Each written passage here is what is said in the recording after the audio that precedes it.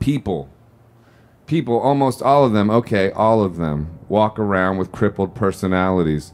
They have nooses dangling them over flames, and they squirm and choke, in a glance or a cough, or the way they say their name or shake your hand when introduced. People walk around, afraid of their shadows and their light, wanting to believe in something, when doubting everything, turning each other upside down in spite and fear.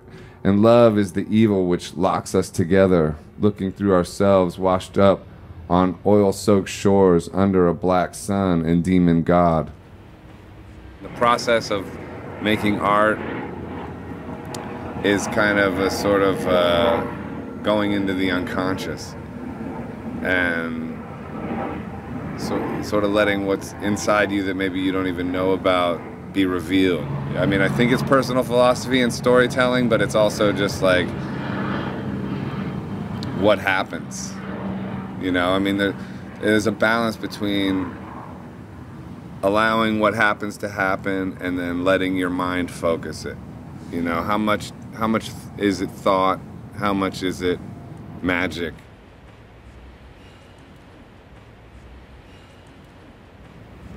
And we're on the roof of my studio, and then there's a great giant roof over there, and it's where I record a lot of music. I get to paint up here.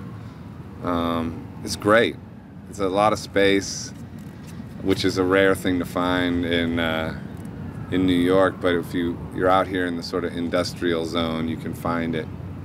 The Ballad of Boogie Christ.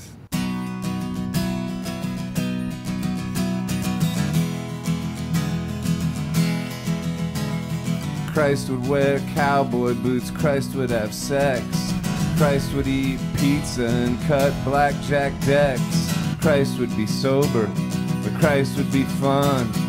Christ would get over on those trying to run. Christ would love hip-hop, metal, and soul. Christ would bring chaos, the breath of control. Christ would be rocking, but Christ would be free. He'd say there's no difference between you and me. This is the ballad of Boogie Christ. This is the Ballad of Boogie Christ. Toss my salad and throw wedding rice. It's like, that's a good example of what I'm talking about, because that just comes out of it. Nothing rhymes with ballad but salad, you know, and then that's where my mind goes, you know. But then when you break it down, toss my salad, throw wedding rice, you're like mixing something sacred with something profane, and it actually has depth, and that's the unconscious. There, my son, how have you been? Well, I gotta run. Okay, I love you. See you real soon. Maybe September, maybe next June. Visual art for me, like, I never went to college or anything, so I mean, I never stopped painting when I was a kid. We all paint, and we're all in art class, so I just never really stopped that. But I think, like, when I first officially became a painter was when I first went to an art supply store and bought a canvas and a set of acrylic paints. You know, because that's when you're going, I'm gonna actually pay for something. I'm gonna, like, back my creativity. And it might seem like it's a small deal. I mean, I'm sure at that time it was probably, I spent 20 bucks. I mean, it's nothing. But you're like that, like, you're sort of like, you're throwing a challenge out there on some level, and I think that's when I became a painter, and I never really stopped. I was like 20 when that happened, I think. Your message had no content. Your truth is a deflated soccer ball being kicked in a dust bowl by a leper. Your dream is a minnow going down a toilet bowl, spinning forever, waiting for the final flush. You are done with this life, not believing in much but material possession and your collection of souls.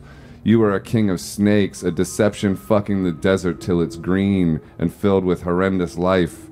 Your message had no content, and you have no will of your own, guided by impulse and unconscious will to protect and destroy what you destroy and protect.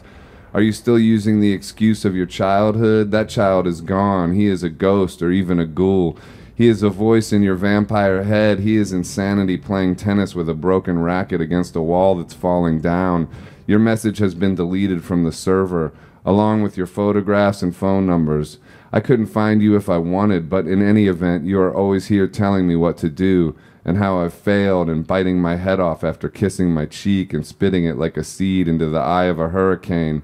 Your message has erased my mind as I sit in a dressing room surrounded by mirrors and light bulbs, unable to see the reflection of anyone. I miss the zoo and other poetry selections, which is just, you know, I've been writing a lot of poetry for a long time and putting it online and stuff like that, but it feels good to, there's this little publication company called EM Press out of Chicago, and they're putting it out. I mean, the Boogie Christ came out like because I had all these poems, and a lot of them rhyme, but I would always write songs and kind of have them sort of separate from the poetry, and this was like bringing it together. I need the saint of impossible causes, the saint of no return. I need the saint of scented candles that never really burn. I need the saint of laughter. I need the saint of tears. I need the saint detective who can find my stolen years. Everybody knows when a novelist writes a novel, they're not talking about themselves. They can rape and pillage. They can take drugs. They can kill.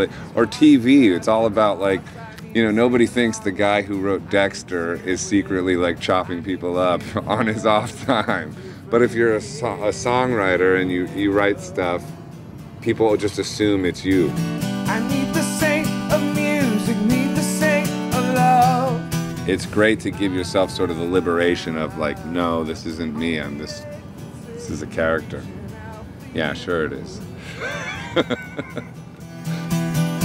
I need the saint of weapons that never hurt no one, but struggle towards perfection to obliterate the sun. I need the saint of drinking wine and ice cold beer. Is there any saint of thinking beyond the reach of fear?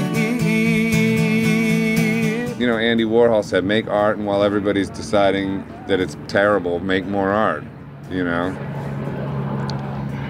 I think that's a healthy approach. I think the mind is good. You know, the mind is there. You use your mind, use your thought, like think about things, but you got to temper that. I think if you get locked in over analyzing things, that's not where I feel like the most magical stuff happens. I feel like having a healthy sense of abandon is really important, and that's where to me, the most magical things happen. Only they can save me reaching out for you.